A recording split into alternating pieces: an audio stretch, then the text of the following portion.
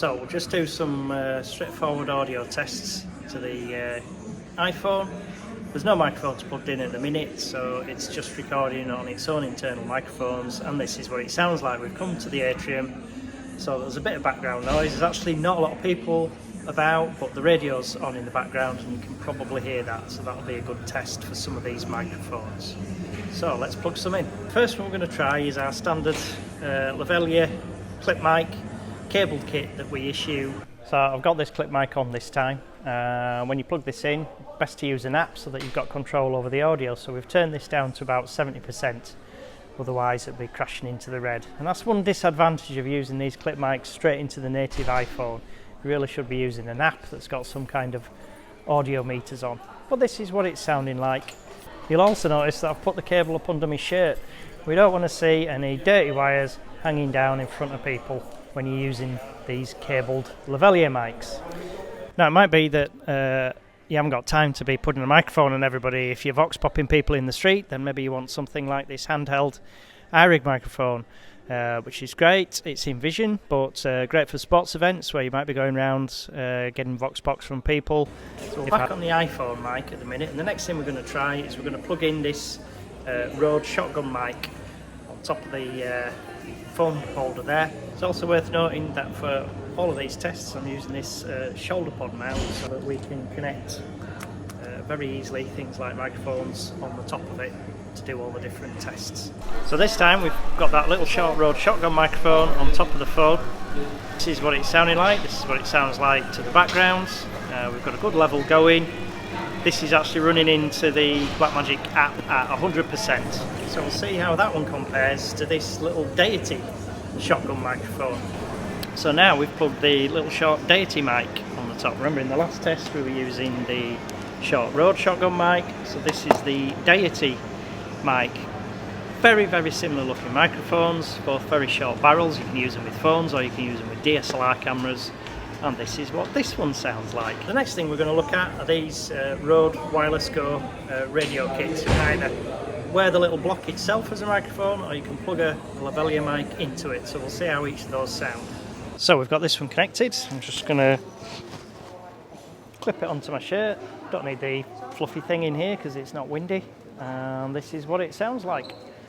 These are nice and light, easy to pop on people. Obviously no wires to mess with if you're just using it in this mode. I've turned the input down on the phone to about 70% and we're getting a good level. If it's windy outside, then these come in really handy. You just clip them onto the top of the microphone. The other really useful thing about using one of these mics is you can turn it into a stick mic. So all you need to do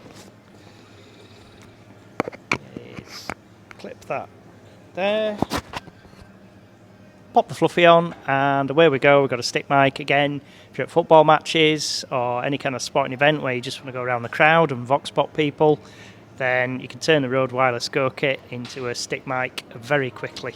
You can use these as a traditional radio mic and actually clip a wired mic into it if you want, so let's do that. We'll put the mic up under the shirt and we'll see what difference that makes to using this. Here's my transmitter pack.